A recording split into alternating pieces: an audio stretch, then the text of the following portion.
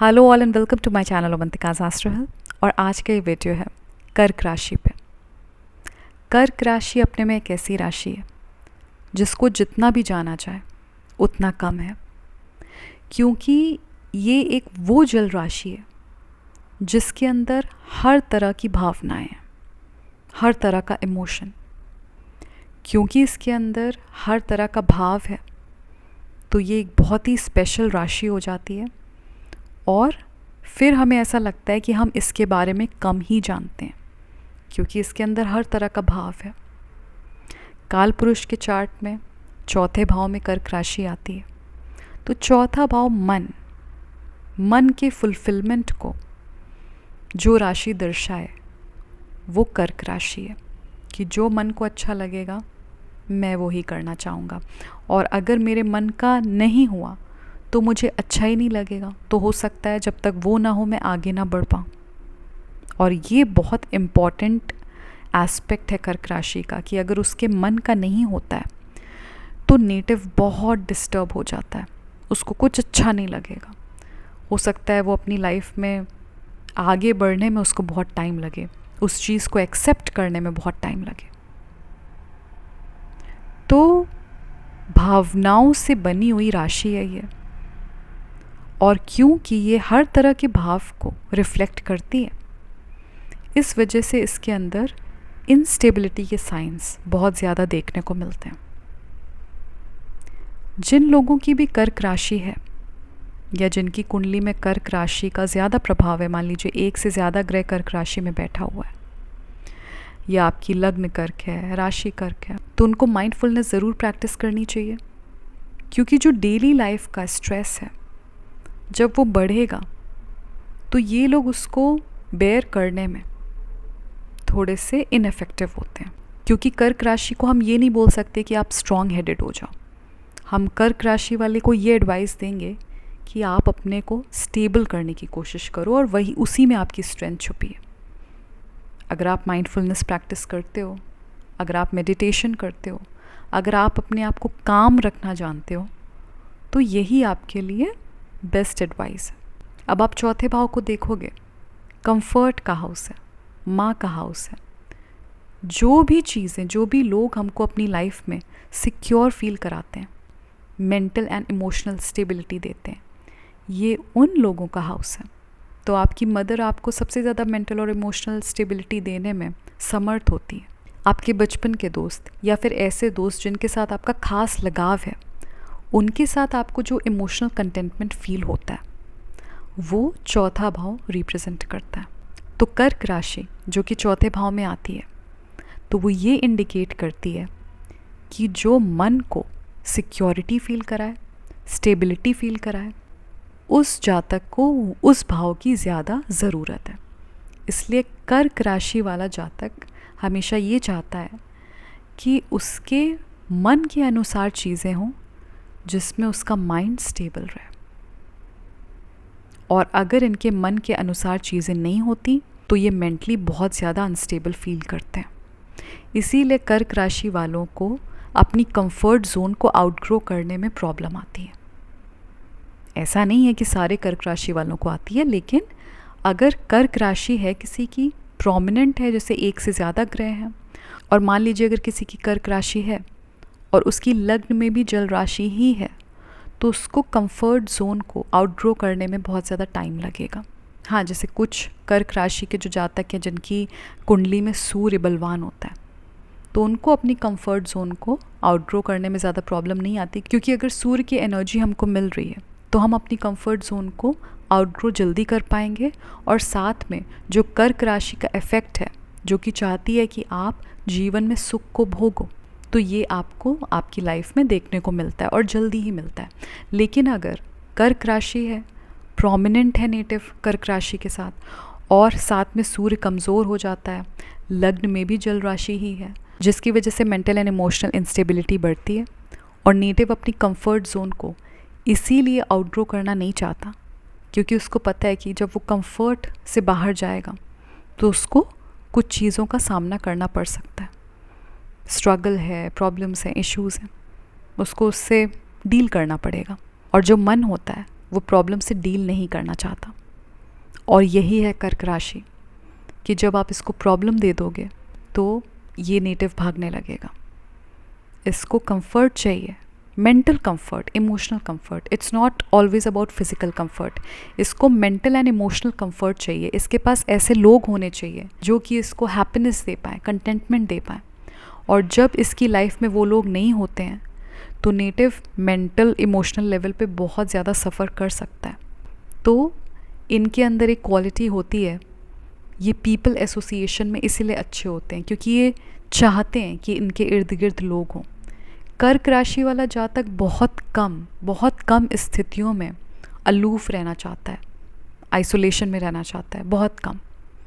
जब तक कि कोई दूसरे ऐसे ग्रहों का प्रभाव नहीं आ रहा है उसके ऊपर, या कुंडली में किसी ऐसे ग्रह का प्रभाव नहीं बढ़ रहा है जो कि नेटिव को थोड़ा सा सॉलिट्यूड में ले जाए। अदरवाइज़ कर्क राशि की अगर हम इन जनरल बात करेंगे तो उसकी क्वालिटी नहीं है अकेले रहना। क्योंकि अकेले जब आप रहते हो तो आपको बहुत सारे इश्यूज़ को फेस करना पड़ता है। आप जो भी है जैसा भी आपको खुद ही डील करना है। लेकिन कर्क राशि मन को दर्शाती है और मन को फुलफिलमेंट चाहिए, हैप्पीनेस चाहिए, उसको एक भाव चाहिए, उसको फील होना चाहिए कि ये लाइफ है, लाइफलेसनेस नहीं फील होनी चाहिए। जब आप सॉलिट्यूड में होते हो तो आप न्यूट्रल स्टेट में होते हो। There are no variations. Even if you are sad you can't complain in solitude. Even if you are happy तो आप किसको एक्सप्रेस करोगे? सो जब आप सॉलिट्यूड में हो तो कोई भी भाव जो है वो न्यूट्रलाइज हो जाता है। लेकिन जब आप लोगों के साथ हो तो आप इसके साथ अपनी खुशी जाहिर कर सकते हो, उसके साथ अपना पेन एक्सप्रेस कर सकते हो। इसीलिए कर्क राशि वाले लोग पीपल एसोसिएशन में अच्छे होते हैं क्योंकि उनका खुद का मन करता है कि वो लोगों के बीच में जाएं, 4 लोगों को जानें, सोशलाइज करें, एनर्जी एक्सचेंज करें। तो कुछ एक्टिविटी चलती रहनी चाहिए। कर्क राशि वालों का ये प्रेफरेंस होता है जब लोगों की बात आती है कि लोगों से रिलेटेड कुछ एक्टिविटी हो रही हो। इसीलिए कर्क राशि के अंदर एक एक्सट्रोवर्ट ट्रेट होती है।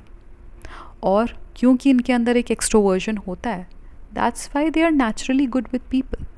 स्वीट टॉक्स में बिलीव करते हैं क्योंकि इनको पता होता है कि जब तक आप किसी से अच्छे से बात नहीं करोगे तो कोई तुमको वैल्यू क्यों करेगा। दैट्स वाई इनकी जो बोली चाली होती है वो नेचुरली अच्छी होती है जब तक कि चंद्रमा किसी पापग्रह से पीड़ित ना हो रहा हो। क्योंकि उसको पता है कि अच्छी बातचीत की बहुत वैल्यू है जब आप लोगों से कनेक्शन बनाना चाहते हो। So they do the first thing. इस तरीके से बात करो कि आदमी इमोशनल लेवल पे, मेंटल लेवल पे आपसे जुड़ पाए, आपको वैल्यू दे पाए। कर्क राशि के लिए रोमांस मायने रखता है क्योंकि रोमांस अपने में एक ऐसा एक्सप्रेशन है जो कि it's like a wave of happiness. जब आप किसी के साथ अपना रोमांटिक जेस्चर, एक्सप्रेशन शेयर करते हो, उसको पास करते हो, और अगर वो पर्सन आपको थोड़ा सा भी पसंद करता है तो वो एक दूसरे स्टेट में चला जाता है। तो जो एक रोमांटिक एक्सप्रेशन है, it is very much qualified to make other person feel good about himself और सेल्फ। इसलिए कर्क राशि वाले जातक के लिए रोमांटिक एक्सप्रेशन बहुत वैल्यू रखता है और वो ये चाहता भी है कि उसको ऐसा पार्टनर मिले जो कि रोमांटिक लेवल पे उसके साथ अच्छे से कनेक्ट हो पाए। एक रोमांटिक फुलफिलमेंट होना चाहिए उसको। एक बहुत ही सैड, डल इस तरीके का पार्टनर नहीं चाहिए होगा। और अगर उसको मिल जाता है बाय द वे इस तरीके का पार्टनर तो फिर वो बहुत ज़्यादा डल फील करेगा उसके साथ और वो यही खुशी कहीं और ढूंढना चाहेगा।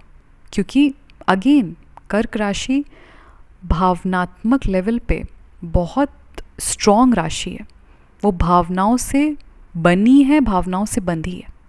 तो अगर उसको भावनाएं नहीं मिल रही हैं, वो भावनाएं जो वो चाहती है, तो फिर कहीं ना कहीं ये ट्रैवल करने लगेगी इधर उधर कि इस पर्सन के अंदर वो रोमांटिक एक्सप्रेशन है क्या, इसके अंदर वो बात है क्या कि इसके साथ मैं वो फुलफिलमेंट, हैप्पीनेस फील कर पाऊँ। कर्क राशि के अंदर मैनिपुलेट करने का ट्रेट भी है क्योंकि भावनाओं को बहुत अच्छे से समझती है ये राशि। तो भावनाओं के साथ खेल भी सकती है। किसी के मेंटल स्टेट को पढ़ना, इमोशनल स्टेट को पढ़ना इन लोगों को अच्छे से आता है और बेस्ड ऑन दैट ये किसी को मेंटली, इमोशनली मैनिपुलेट कर सकते हैं। आई एम नॉट सेइंग कि ये करते ही हैं, but they are very much capable of it. कर्क राशि के अंदर पहले अपने को खुशी देना, अपने को सिक्योर बनाना, उसके बाद किसी और के बारे में सोचना, ये भी दिखता है। और किसी के बारे में सोचना पहले, ये अपने में एक त्याग का लक्षण होता है। और कर्क राशि त्याग के बारे में नहीं सोचती है। जैसे लेट्स से अगर उसको किसी और को ऊपर रखना पड़ रहा है और अपने को पीछे रखना पड़ रहा है, पहले उसके बारे में सोचना पड़ रहा है और बाद में अपने बारे में, तो ये कर्क राशि वाले को अच्छा नहीं लगेगा, क्योंकि ये उसका लक्षण नहीं है, त्याग उसका लक्षण नहीं है। तो जब उसको ऐसा करना पड़ेगा तो वो बहुत ज़्यादा परेशान हो जाएगा। वो इस चीज़ को बार बार फील करेगा कि मुझे कुछ सैक्रिफाइस करना पड़ रहा है, पहले मुझे इसके बारे में सोचना पड़ रहा है, फिर मैं अपने बारे में सोच पा रहा हूँ। तो कर्क राशि उसी में हैप्पी फील करती है, ओके फील करती है, जब वो पहले अपने बारे में सोच ले, अपने को सिक्योर बना ले, अपने को स्टेबल कर ले, उसके बाद किसी के बारे में सोचे। और मेरा सजेशन भी कर्क राशि वालों को यही रहेगा कि आप पहले अपने बारे में सोचिए, आपके लिए जो भी ज़रूरी है आप वो करिए, उसके बाद आप किसी के बारे में भी सोचिए। क्योंकि अगर आप ऐसा नहीं कर पाए तो आपको बहुत ज़्यादा प्रॉब्लम होने वाली है। आप मेंटल लेवल पे बहुत ज़्यादा डिस्टॉर्टेड फील करोगे, बहुत ज़्यादा स्कैटर्ड फील करोगे, लॉस्ट फील करोगे, जब आप अपने को ऊपर नहीं रखोगे, क्योंकि वो आपका लक्षण नहीं है, एक नेचुरल ट्रेट नहीं है। तो जो हमारी नेचुरल ट्रेट नहीं होती है, जब हम उसके अगेंस्ट जाके कुछ भी काम करते हैं, so we are always in trouble, we feel messed up, and that's why we don't need to do that. कर्क राशि वालों की एक सबसे स्ट्रॉन्ग एबिलिटी ये है that they can make anybody happy and genuinely happy. It's not like कि 2-4 आलतू फालतू बात करके आप किसी को हंसा देते हो, नो। कर्क राशि वाले के अंदर वो मार्मिकता, वो इमोशन है जो वो दूसरे को पास कर सकता है, दूसरे को ट्रांसफ़र कर सकता है। तो जब कर्क राशि वाला, स्पेशली कर्क राशि और पुष्य नक्षत्र वाले लोग जब ये काउंसलर्स बनते हैं, तो इनके अंदर एक बहुत स्ट्रॉन्ग एबिलिटी होती है किसी को ठीक कर देने की, अपनी काउंसलिंग पावर से, अपनी हीलिंग पावर्स से। And they are very good at it because they know that how to emotionally heal people. ये किसी के वाइब्रेशन को अच्छे से रीड कर पाएंगे, and based on that persons vibration इनको पता होगा कि इसको कैसे काउंसल करना है, इसको कौन सी हीलिंग देनी है कि इसकी हीलिंग हो जाए या इसका पर्सपेक्टिव शिफ्ट हो जाए। किसी के मन में उत्सुकता भर देना, ये सब कर्क राशि के गुण हैं। और मुझे लगता है ये अपने आप में एक बहुत बड़ा गुण है कि अगर आप किसी को लाइफलेस स्टेट से लाइवली फील करा सकते हो, उसके मन में क्यूरियोसिटी भर सकते हो, हैप्पीनेस भर सकते हो, तो ये अपने आप में एक बहुत बड़ी एबिलिटी होती है। तो यहाँ पे कर्क राशि बहुत ज़्यादा क्वालिफाइड है। तो कर्क राशि पे ये वीडियो आपको कैसा लगा मुझे कमेंट सेक्शन में ज़रूर बताइएगा। और अगर आप मुझसे कंसल्टेशन लेना चाहते हैं तो आप इस वीडियो के डिस्क्रिप्शन में एज़ वेल एज़ आप चैनल के डिस्क्रिप्शन में आपको मेरा कॉन्टैक्ट नंबर, मेरा ईमेल आईडी सब मिल जाएगा, तो आप उसके थ्रू मुझसे कॉन्टैक्ट कर सकते हैं। I will see you all in the next video now. Please take good care of yourself.